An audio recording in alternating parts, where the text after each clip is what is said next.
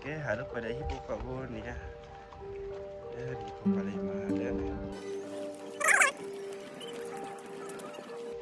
Jadi pokok cik kege. Say hi daddy kege. Hai.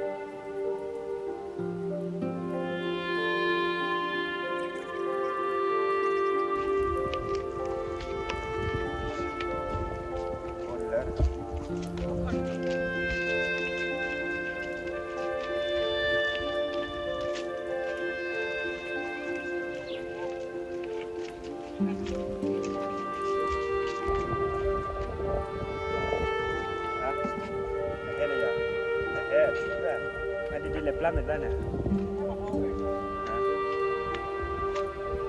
Nak ada ya jauh ni. Kau buat.